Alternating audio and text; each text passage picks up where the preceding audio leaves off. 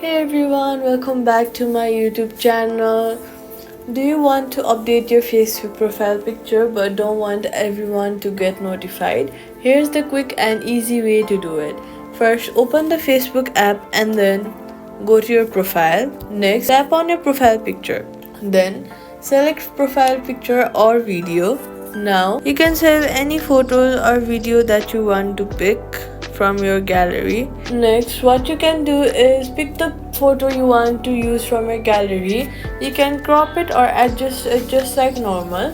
Here's the important part. Before you hit save, look for the option that says share your update to news feed. Simply uncheck this box. Now tap save. Your profile picture is updated but no big announcement goes out to your friends. And that's it. You've changed your profile picture quietly. For more simple Facebook tips.